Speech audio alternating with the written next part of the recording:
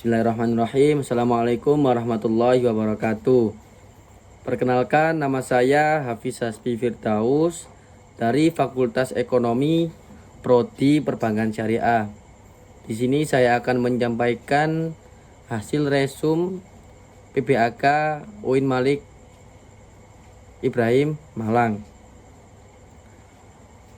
Tahun ini mahasiswa baru tersebut terbagi di 7 fakultas yang berbeda, yakni di Fakultas Ilmu Tarbiyah dan Keguruan sebanyak 963 mahasiswa, Fakultas Syariah sebanyak 596 mahasiswa, Fakultas Humaniora sebanyak 402 mahasiswa, Fakultas Psikologi sebanyak 259 mahasiswa, Fakultas Ekonomi sebanyak 579 mahasiswa, Fakultas Saintek sebanyak 811 mahasiswa, dan Fakultas Kesehatan dan Ilmu Kedokteran sebanyak 180 orang.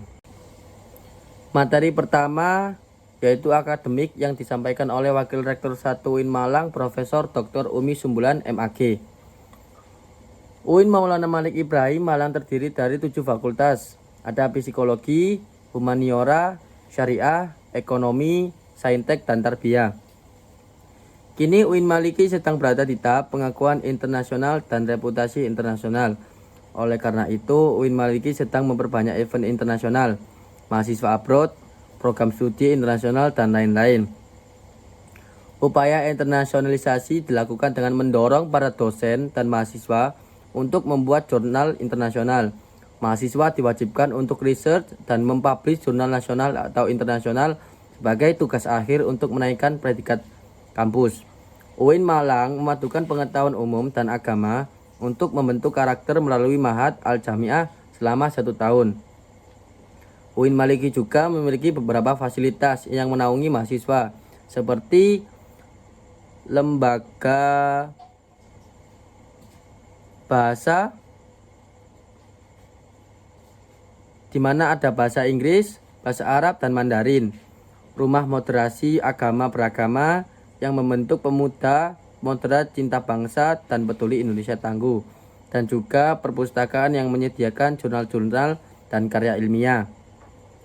Perkuliahan berlangsung selama 8 semester dengan 160 sampai 150 SKS dengan penelitian sebagai pengabdian masyarakat dengan mata kuliah profesi, dengan KKN, dengan yudisium, hingga akhirnya wisuda.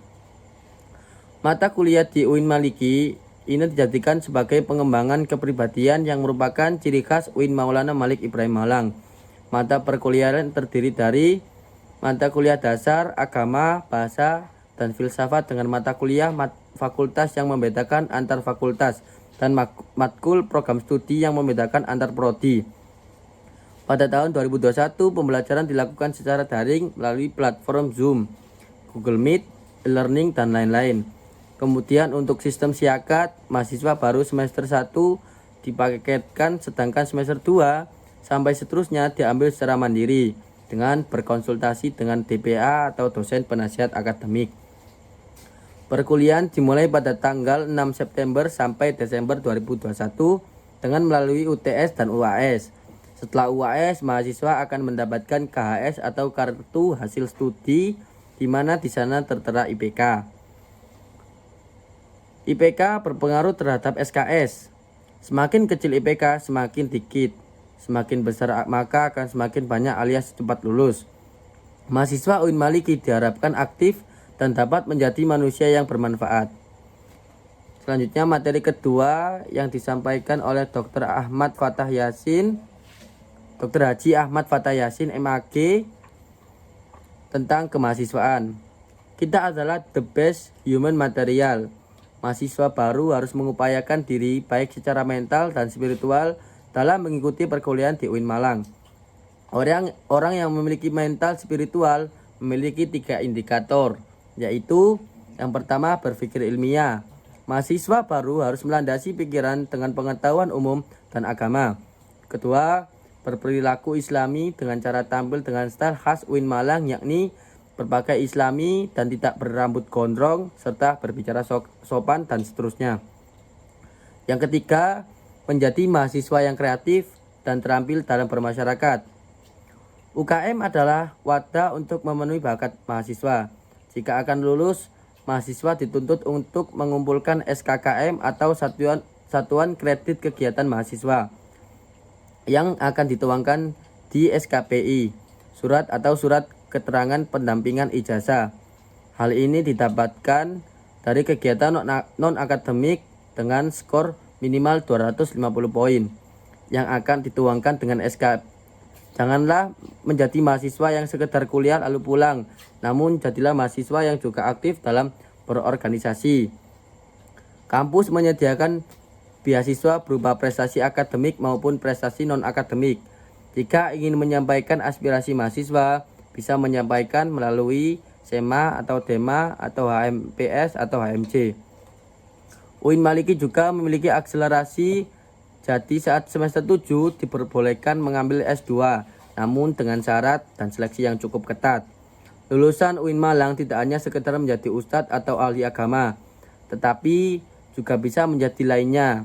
Kita harus bangga menjadi mahasiswa UIN karena di universitas ini kita tidak hanya diajarkan ilmu pengetahuan, namun kita juga diajarkan ilmu agama. Kini Indonesia masih pandemi. Kini Kota Malang levelnya sudah turun dari level 4 menjadi level 3. Jika vaksinasi terus digalakan, maka hal ini akan segera membentuk herd immunity yang akan segera menyelesaikan masalah corona ini. Yang selanjutnya, hari kedua.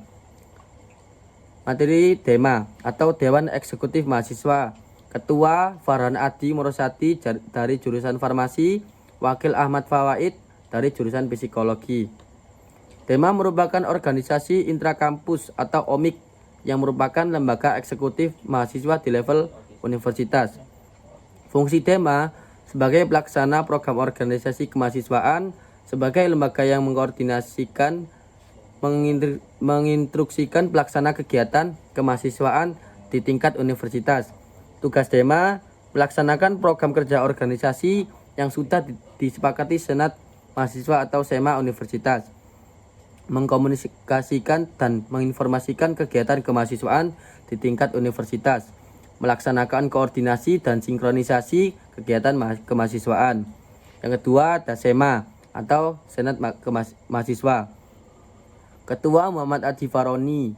SEMA merupakan organisasi mahasiswa UIN Malang yang berperan sebagai lembaga legislatif yang mengkoordinasi DEMA, UKM, dan HMJ.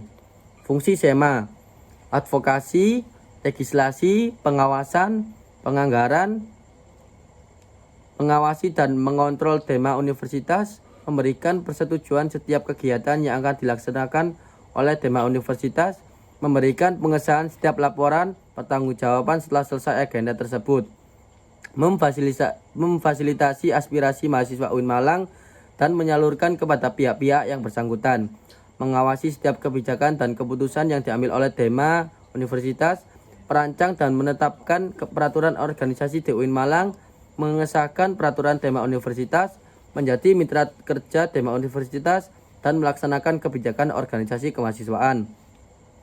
Wewenang SEMA: membentuk UU yang dibahas dengan Presiden mahasiswa untuk mendapatkan persetujuan bersama, menampung dan mempertimbangkan segala aspirasi mahasiswa, memberikan mandat untuk pelaksanaan pemilu, mengawasi pelaksanaan hasil-hasil sidang SEMA Universitas, mengawasi pelaksanaan program kerja dan kebijakan DEMA Universitas, turut andil dalam mengkaji permasalahan yang timbul di dalam negara dan di tingkat universitas, menerima dan membahas usulan PO yang berkaitan dengan pihak bidang tertentu dan mengikut sertakan dalam pembahasan.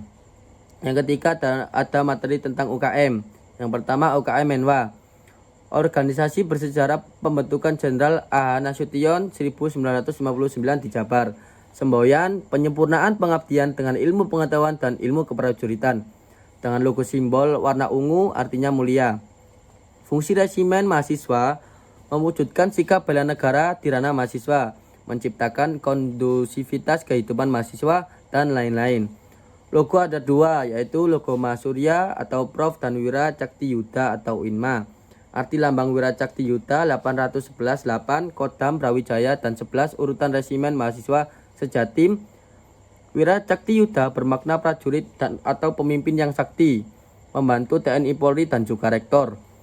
Latihannya lempar pisau, menembak dan bela diri atau karate. UKM PMI bergerak di bidang kemanusiaan, kekeluargaan, dan kemanfaatan. Didirikan oleh Pak Zainal Abidin dan Pak Mustafa pada bulan November 1990.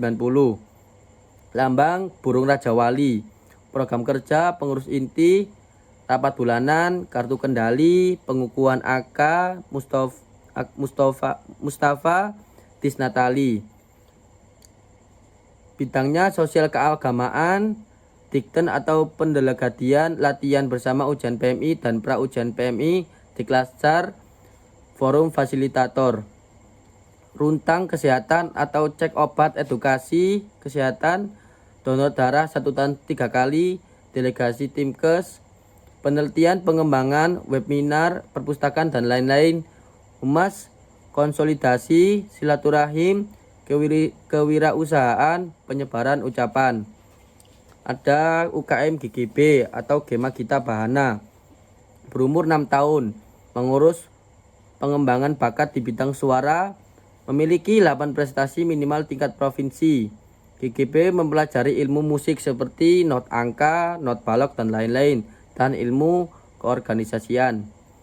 Ada UKM SR atau seni religius, lembaga otonom yang memiliki jalur koordinatif yang bergerak dalam bidang seni itu Islami.